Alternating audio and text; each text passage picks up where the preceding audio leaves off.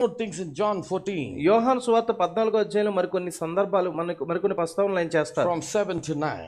7వ వచనం నుంచి 9వ వచనం వరకు. Now he says, if he had known me, he should have known my Father also.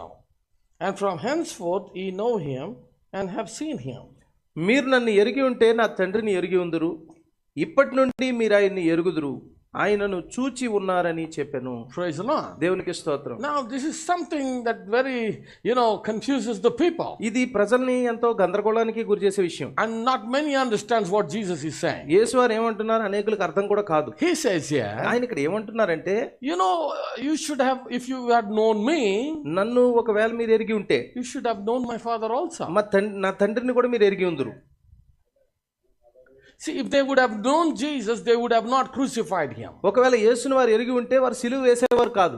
They would have not called him by different names. ఆయనకి నానా పేర్లు పెట్టి పిలిచేవారు